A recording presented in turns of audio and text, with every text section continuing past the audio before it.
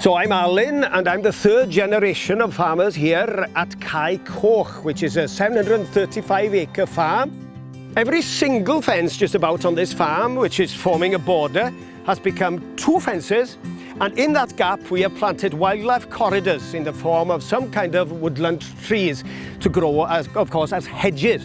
So the birds absolutely love those, as well as the rabbits, the hares, etc. And there's probably grub life that I don't even know about. The Union River is here behind me, and we've taken, again, advantage of some support to fence out the river. We've also given time to actually breed some fish in a fish breeding pool. So now what we're concentrating on is the habitat, making the river itself healthier for the fish to breed.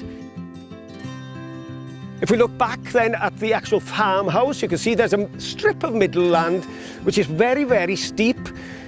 And I decided a long time ago not to try and struggle against nature and to give that back to nature in the form of woodland, really. So I planted 300 oak trees, but it's been a great pleasure, really, to let that go to nature, to bird life. We've even put some bird boxes there, although they're probably not necessary, to be honest with you, because there's plenty of habitats for birds naturally occurring there. People ask me about what I do with weeds, and here, for example, you see the nettle.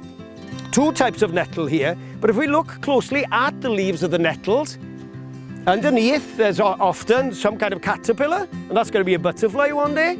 Often as well we have Bilcoch gotta, which is the ladybird, which really likes nettles. I tend to think they're actually little wildlife corners, once again, really for insect life.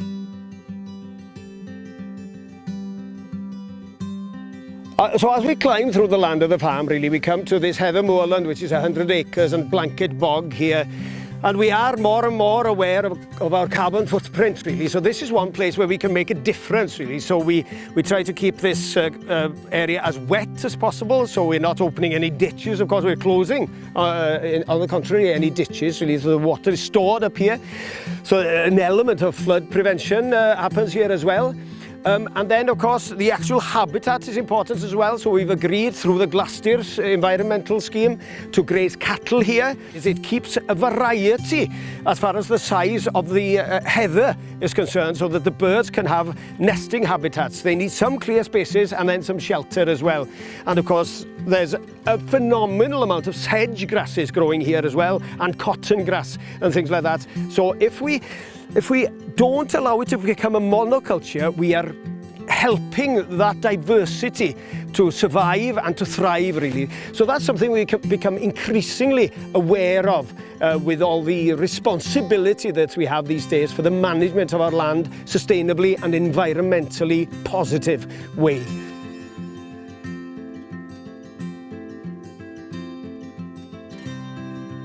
We like what we do here, and a lot of that is to do with the sense of community that we have. We rely on each other. I can't round up my sheep on my mountain of 480 acres without my neighbours. We shear each other's sheep. If there's a problem, we help each other out at calving time. And the word sustainability is central to that as well. And when I think of the rural economy that surrounds me here, I probably spend just about every penny that I have and I make on this farm within a 20-mile radius, really, on local people, and that keeps not just the economy going, but we've got an extra element here in Wales, of course, the Welsh language and the culture. And so the fact that Welsh lamb and Welsh beef sustains that, I think, is an awesomely positive message for the future.